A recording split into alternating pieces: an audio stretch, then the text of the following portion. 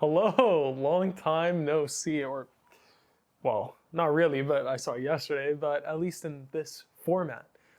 Yeah, all video journals recently, or most video journals recently, have been in the form of devlogs because I've been so focused on working my zombie game. Now, I hope this is in focus, not to echo previous video journals, kind of a throwback there, but I'm not sure. Today I'm using natural lighting because I'm recording during the day, which I'm not sure if I've done that before, maybe in a devlog or two, but yeah, as I said in yesterday's video journaling, I usually leave video journaling to later in the day, but due to what happened 2 days ago, I've decided to kind of abandon that rule, at least temporarily.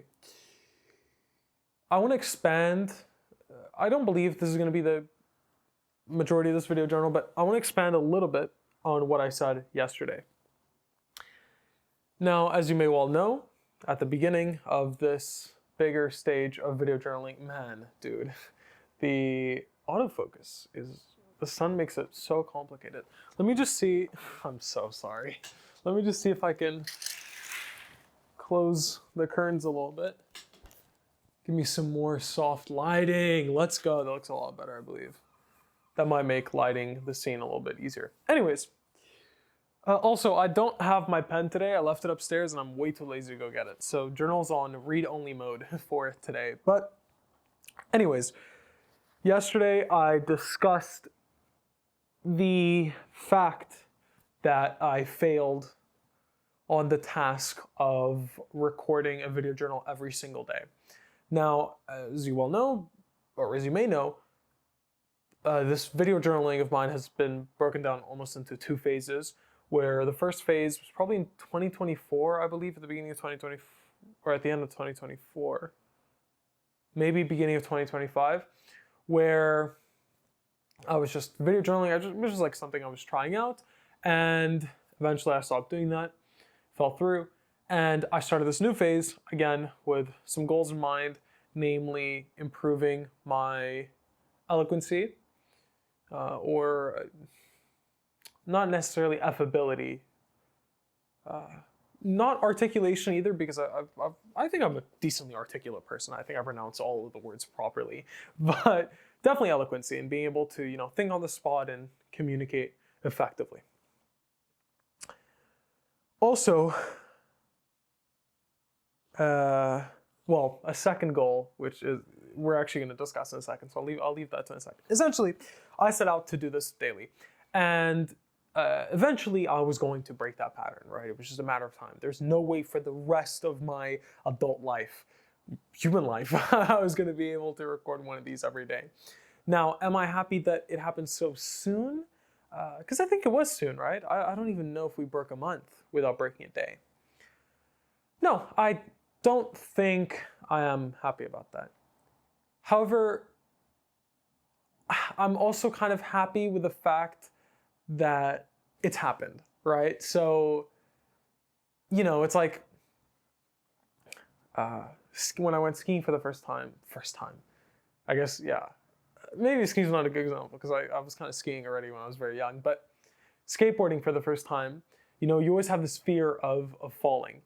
And it's only when you have that first fall that you realize, okay, falling's not that bad. I'm glad we broke this in, and from then on you are less scared of falling. Now, of course, if you have a disastrous fall, it becomes like a little traumatizing, and they probably will put you off of the sport. But generally, it's always good to have that first fall to make you less scared. And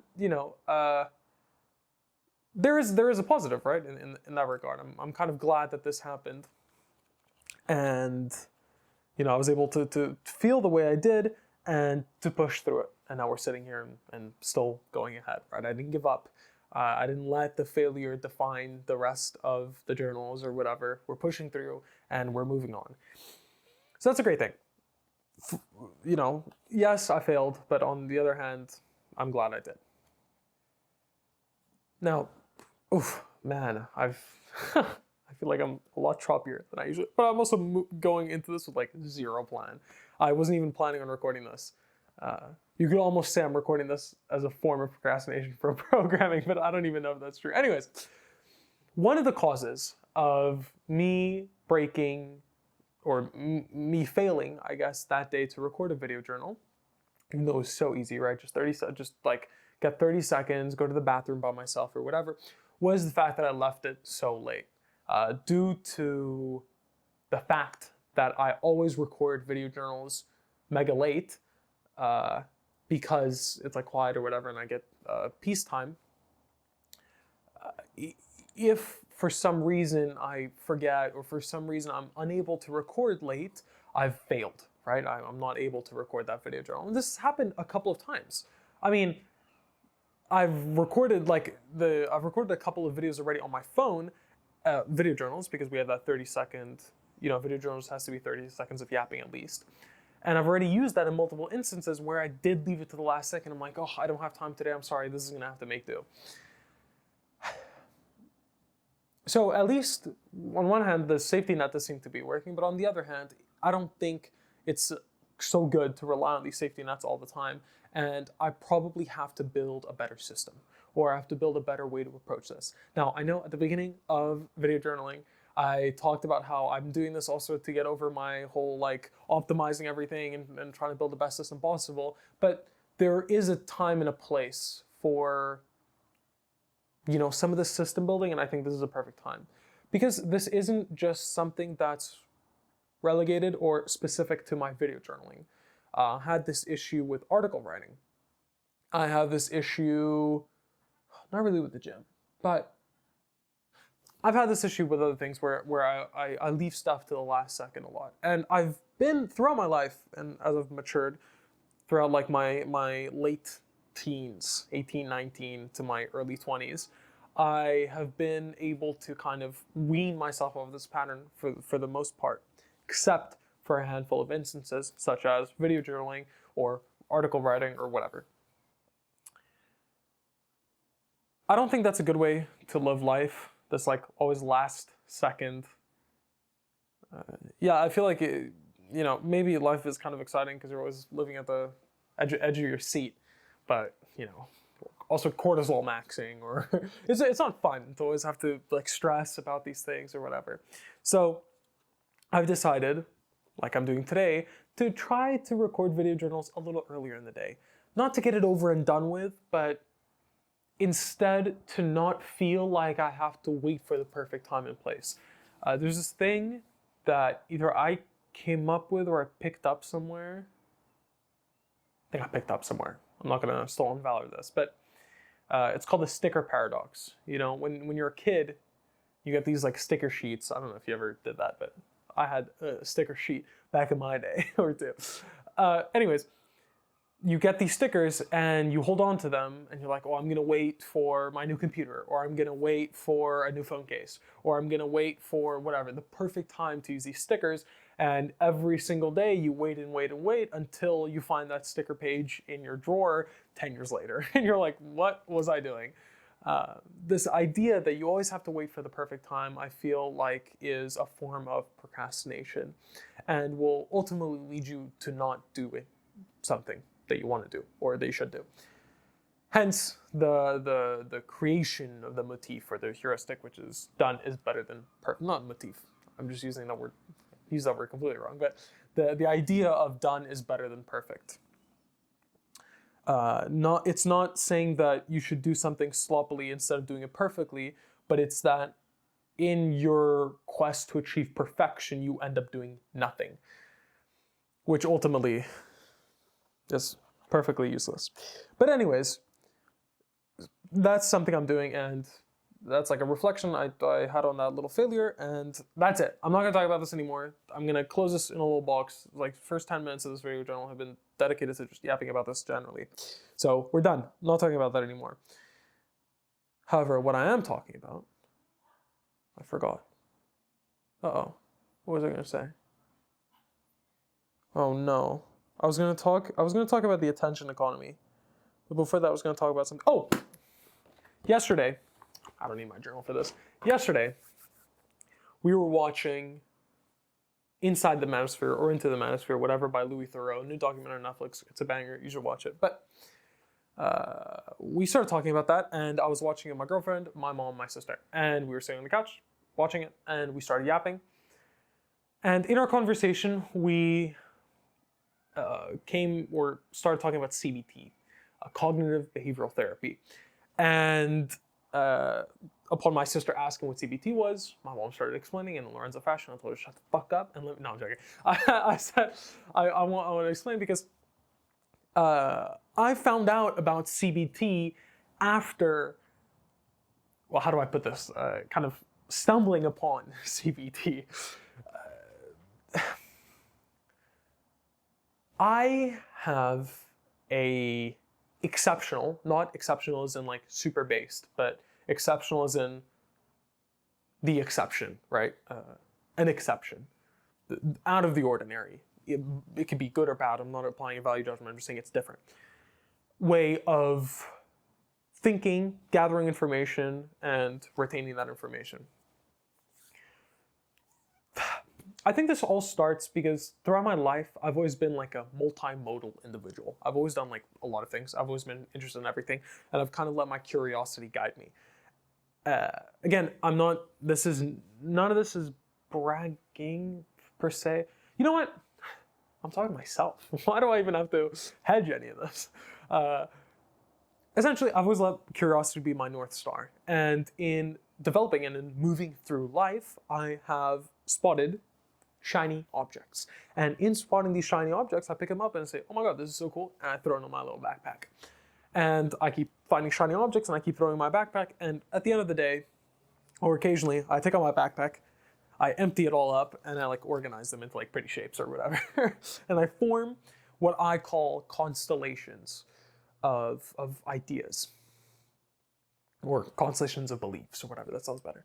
But constellation of ideas, I think this is how everyone thinks, but I don't think people tap into it as hard as they should be. Or maybe they're just not aware of it or whatever. But I think it's more of a subconscious thing. But you have all of these ideas that are interconnected. For example, oh my God, we talked about this in a previous video journal. I think it was the Sneeko one.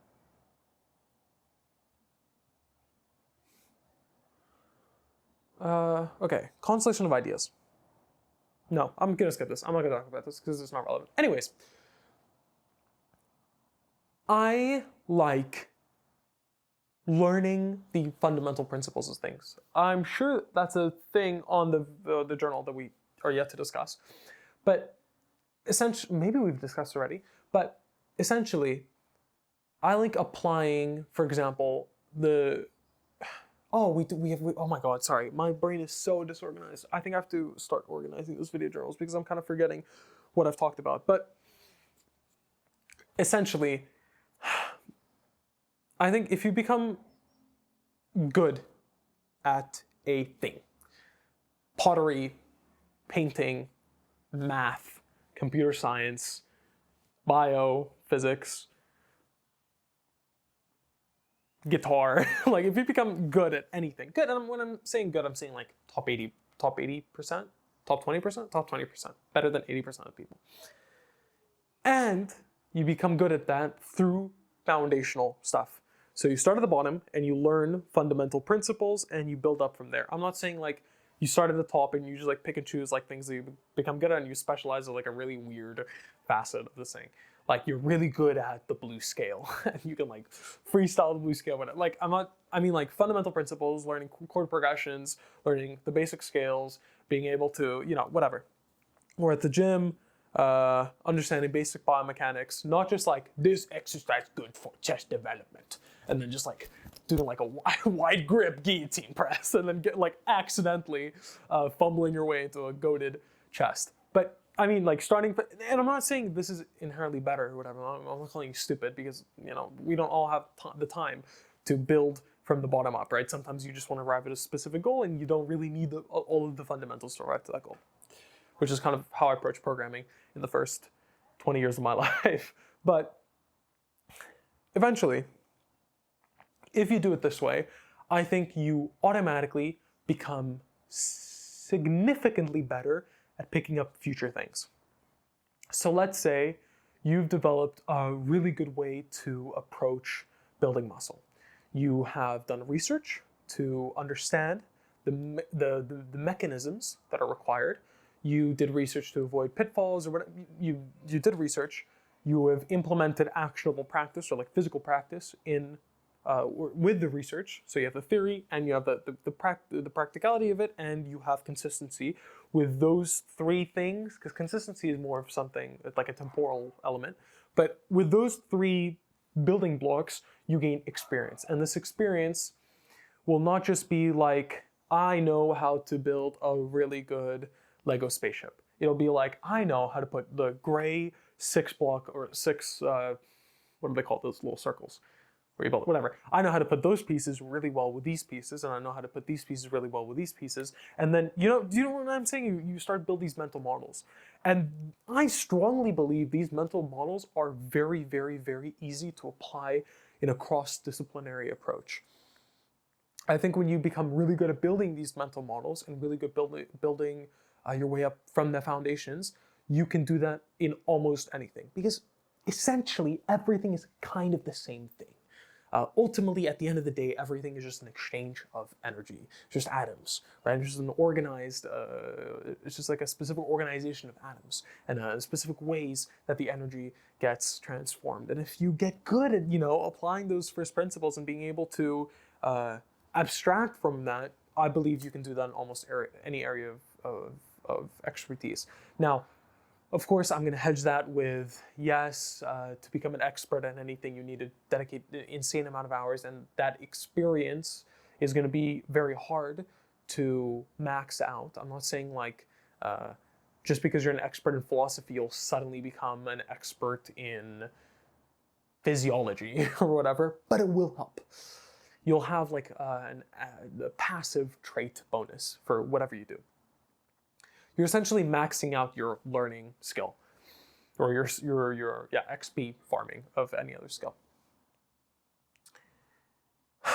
Because, we went on such a large tangent. Let's see if I can circle this back up. Okay, because I feel like I've done that quite successfully, I believe. Firstly, I think it started with things like politics and philosophy and economics, when I went through like my crazy transformations of ideologies and I was very lost and stuff like that, so I had to start from the beginning. But essentially, because I've had this informal way of learning, I don't sit with books. Probably the last book I read was in school before the IB, so it was probably 5 years ago, like proper book that I read.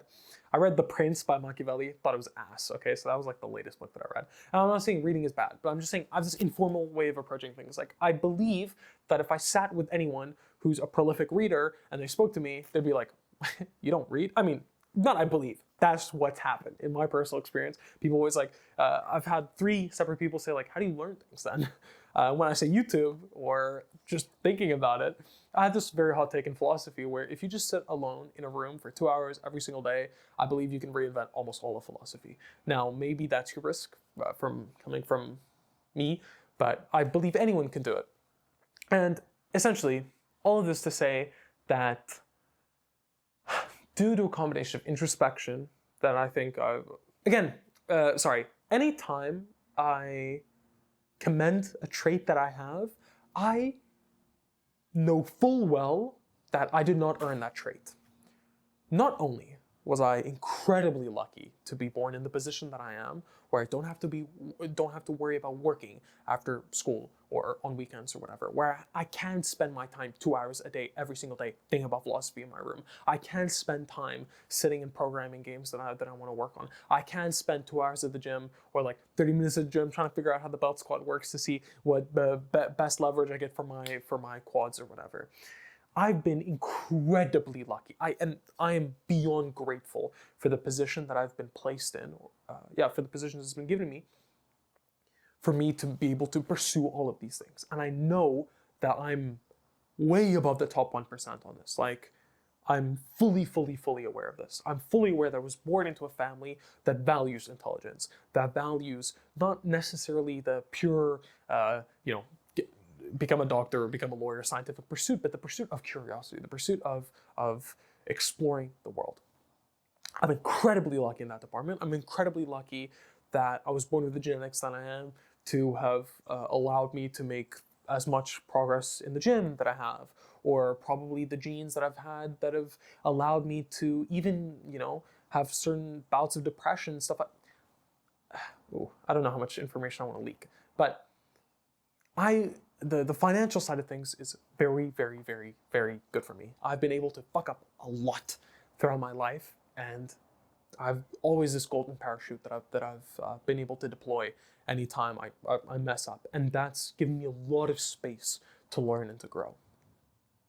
So not only am I grateful for all of those things, for like my spawn RNG, but I'm also a hardline determinist. I don't believe anything good or bad that I've done has been my choice. I don't believe anything good or bad that other people do is their choice. We are merely products of the systems that we live in 100% totally, okay? So yes, this I guess means that when I do mess up or whatever, I have this like get out of jail free card mentally, or I'm like, oh, I actually wasn't in control, even though that doesn't really apply. And actually, it does apply to the opposite. Anytime I do something very good, I didn't really choose to do it, right? Like, it was just cause and effect that led me to this position. So yeah, I have persevered in a lot of areas, but I was lucky to have the conscientiousness that I do. Yes, I am very curious, and I spend a lot of time doing research, but I'm so glad I had the resources and the openness to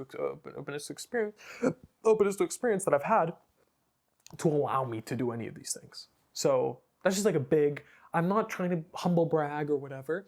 I am fully, almost fully, I hope. Well, I'll never know how fully, right? Because if I knew, whatever. But I am aware of at least some degree of the privilege that I have, or the privilege that we honestly all have. And if you're watching this.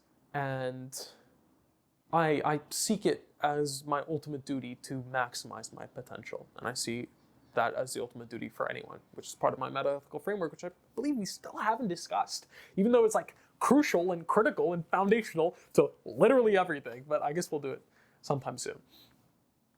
Anyways, because I've had this unorthodox approach to learning, whatever, I have come up with a lot of things myself. I've always liked the idea of coming up with theories, coming up with systems, coming up with my own perspective on the world. Not to be different, not to be the black sheep, but, I have time, I have privilege, and I know sometimes when people hear privilege, they're like, ugh, like, oh, this, either it's like, oh, this guy's so privileged, so he's out of touch, or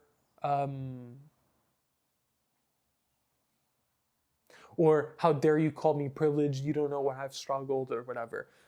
I've struggled a lot, okay? Yeah, I haven't lost a limb, I haven't been shot, I don't live in a country where I'm constantly getting bombed and stuff like that, but I struggled severely with mental health. Severely. And I so strongly believe I'm privileged. Even in those moments, I didn't think I was privileged, but looking back, I was incredibly privileged.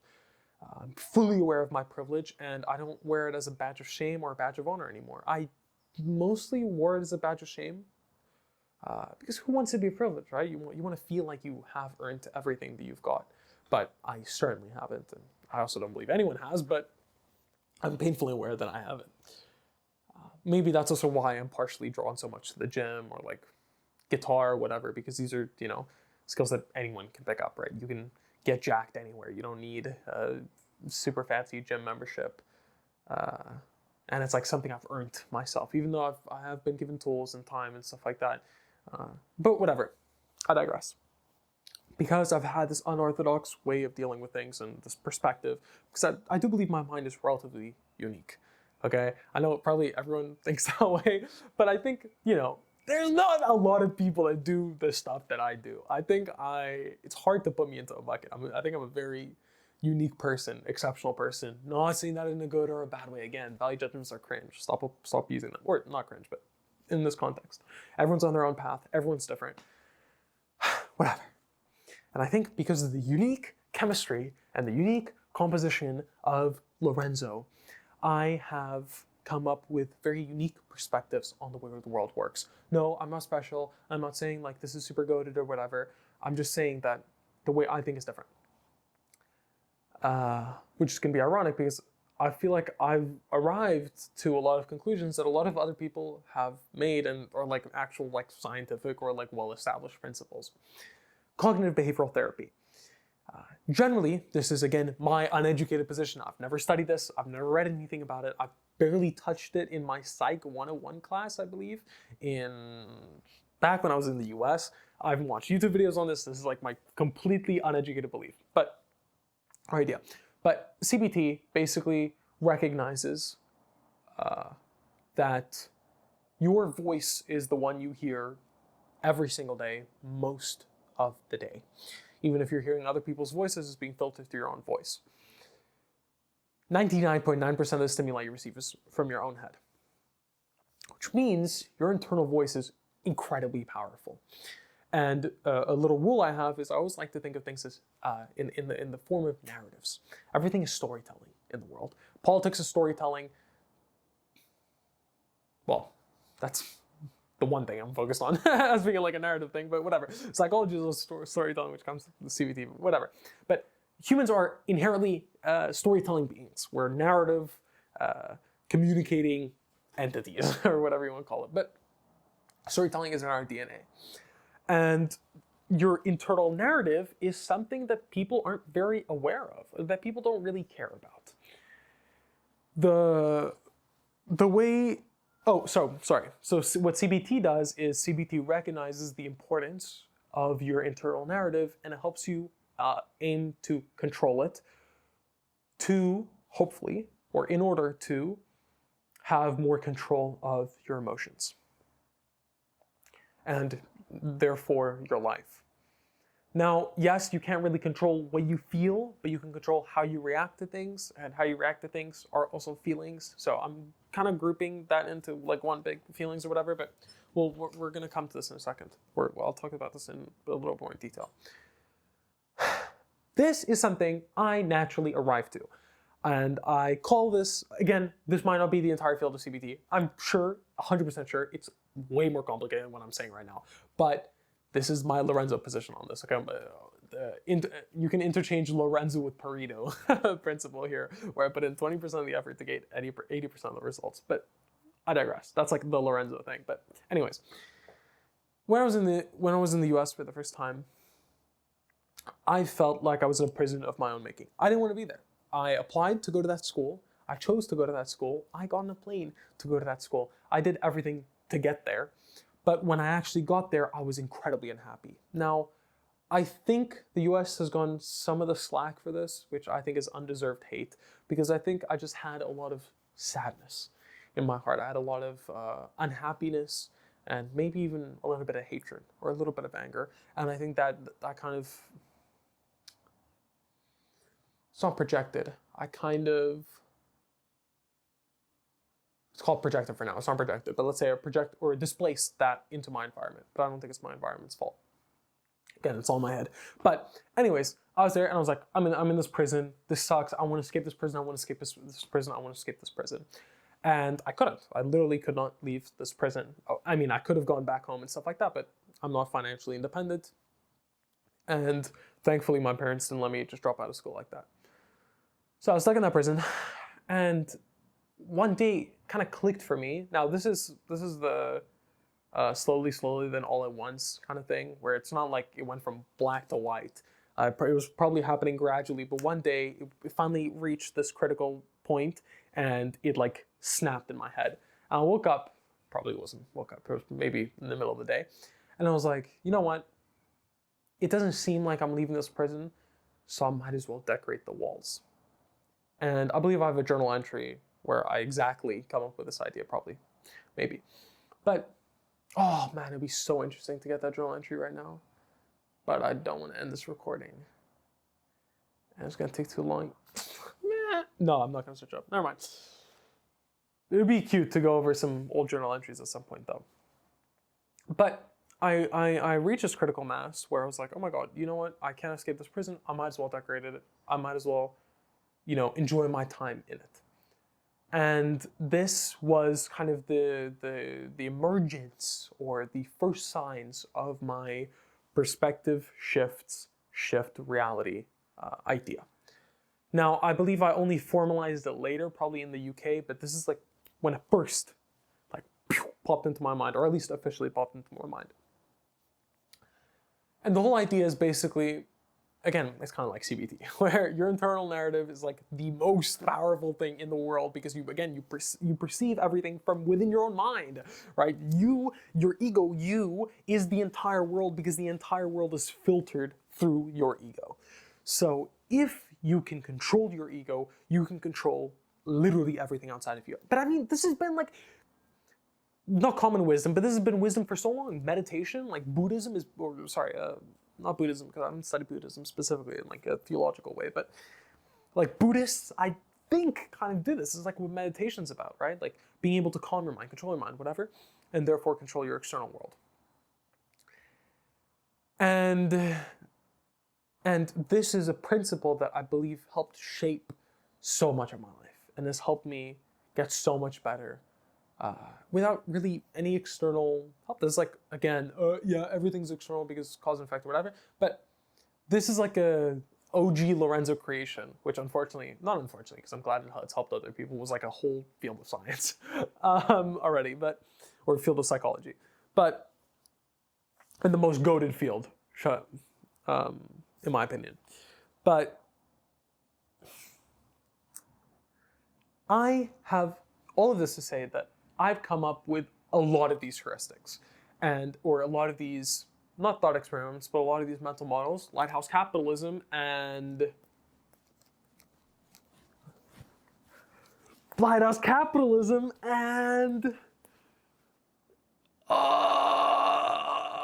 militant liberalism are two of these things which are unique. I Googled them, but neither of them exist, at least on Google.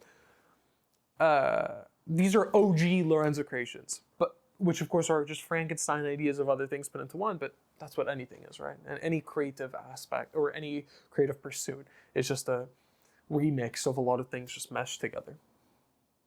But anyways, that's something I've done a lot, okay? Create a lot of these mental models, and some of them don't exist. And I believe that there is at least a part of utility in each of these. I think if 1 million people heard each one, at least one person would come out and be able to, or it would have a positive impact on that person, even if it's like the stupidest thing, but they hear it and they're like, wow, this is so stupid, I'm going to do the opposite, and it helps them a lot. So even if it's like that, even if it's not like, following it will help you, but maybe even going against it will help you, but I think this can positively shape the world, and I think it could be a net positive, these ideas that I have. The only problem is, they're all here. They're all in this head. Nowhere else. I mean, they're probably written down in places. They are written down in places, but mostly they're in here. That feels kind of selfish. I feel like I'm committing a moral sin not sharing this with other people. I believe I have a duty to this. Oh, you're so important. Oh, you want to share so many things or whatever. Oh, you think you're the smartest person in the world and nobody can be you or whatever. I don't believe that. I don't believe that I have the most goated ideas of anyone, right? I'm coming up with new things every single day. I change my mind often.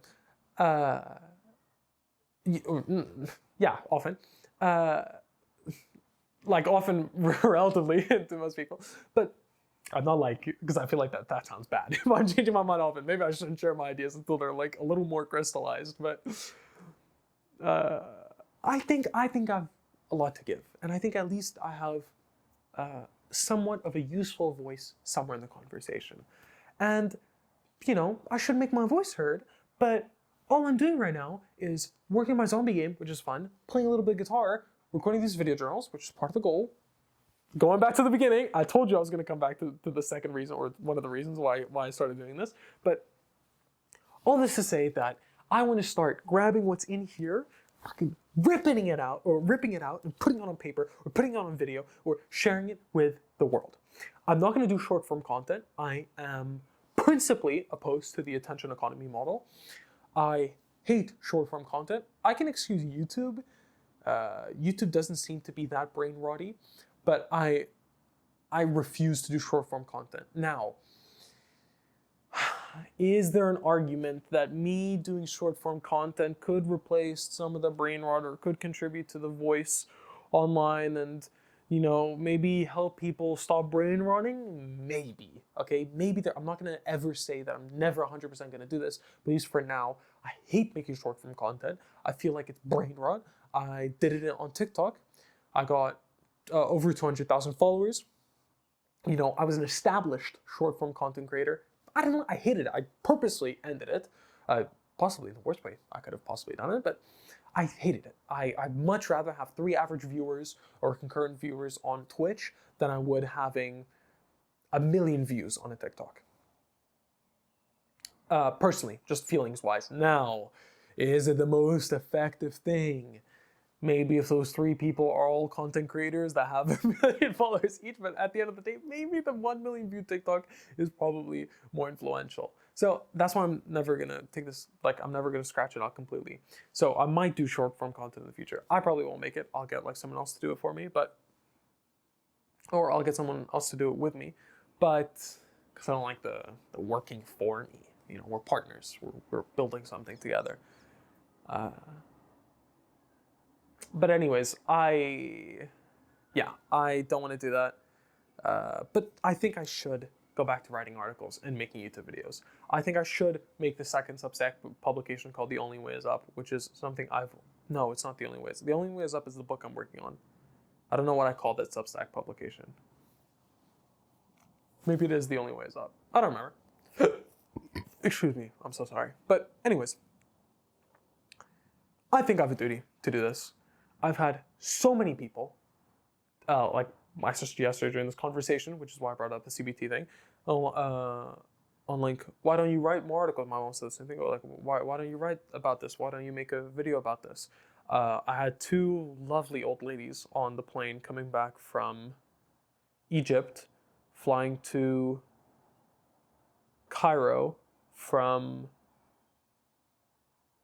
Aswan or Luxor, say you'll do great things. I mean, I wrote a journal entry about this, and I was meant to write a journal entry about this, and I was going to talk about this. But anyways, I've had so many people remind me of the fact that I'm failing my potential, not directly, but indirectly, remind me of my potential that's not being fulfilled right now. So that's something I want to talk about in this video journal I just did. And I think it's an important thing, and I think I'm failing every single second that I take to write my next article, to get back into the flow of things. So, it's a big commitment. I was about to say, so I want to end this day with having at least 1 article written.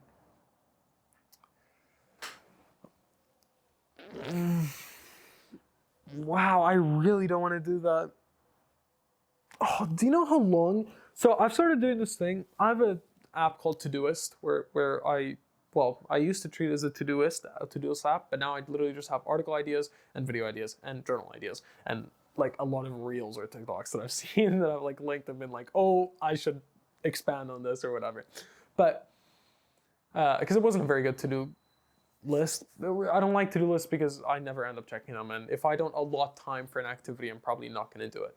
So I've started using my Google Calendar as a to-do list. No, not by adding tasks, how Google wants you to do it, but by literally adding an event, calling it, for example, I just lost my, I'm not going to use this silly example. For example, write my next article, I think, or write an article. And that's been on my Google Calendar for 2 weeks now. And every single day I drag it to the next day. Or at the end of the day, throughout the day I keep dragging it after the time. Does that make sense? Can you picture what I'm saying? You know how imagine this is the current time. I keep dragging it in front and my time goes, or the time keeps going and I keep dragging it in front. When I get to the end of the day, I drag it to the next day and I keep dragging it. And I've been literally kicking the calendar tasks down the road for the last 2 weeks. And every time I move it, it kind of sucks, but also the friction of writing the article is less than the friction of moving the calendar item. So I think I have to do that. I have to do it. And, you know, I started off this journal talking about the sticker paradox, or I talked about the beginning of the journal. I have to stop doing this thing. I keep hedging, or I keep correcting what I'm saying even though I don't really need to. And it doesn't help my speaking. It makes it longer than it has to be. It makes me a less efficient communicator. Anyways, I have to stop kicking this down the road. I have to stop kicking this down the road. But I also really don't want to do it. Why don't I want to do it? Well, part of doing it means that it's becoming a repeated activity, and I'm scared of committing to it again because I don't want to fail. Part of also not wanting to do it is that I know the more articles I write, the more videos I'm going to have to make, and that's giving me more work.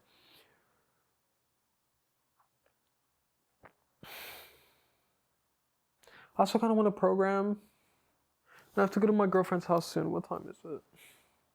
Should be there at 7:30. Oh, it's 6.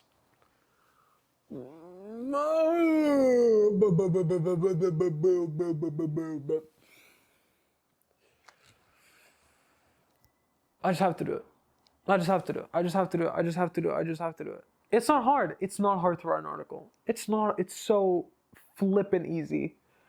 But then how do I pick one? I just pick one. Come on, you know what you have to do. You know what you have to do. Okay, we can do this. We can do this. Okay.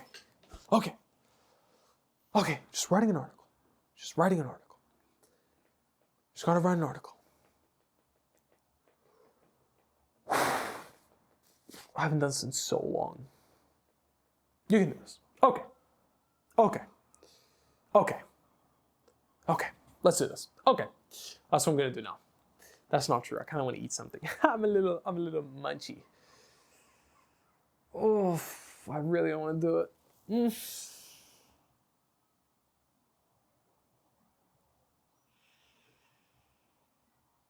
But that failed potential, that duty that I have, I don't think it's strong enough because I honestly, maybe deep down, I don't believe in myself that much. Maybe I don't believe that I have anything important to say. Maybe I believe that the world will figure its stuff out and my voice will have no impact on it. Because, I think if I knew for certain that I could have genuinely positive impact on the world with the stuff that I do, I think I would do it more. I think that this is doubt.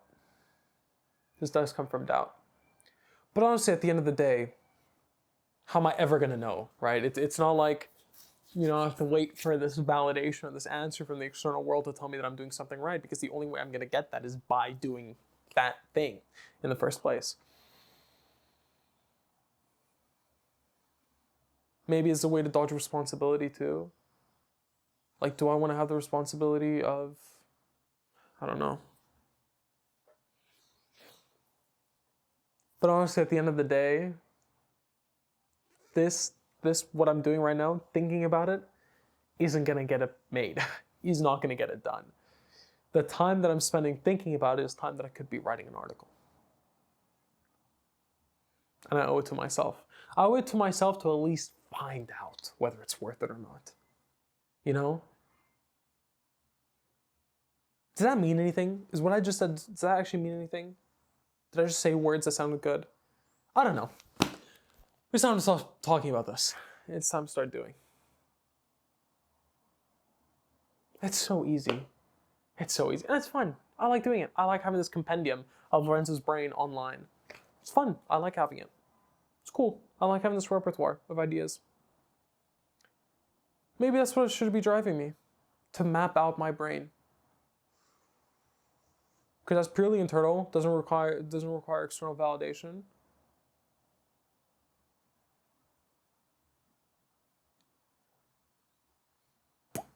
And also to show myself that I can.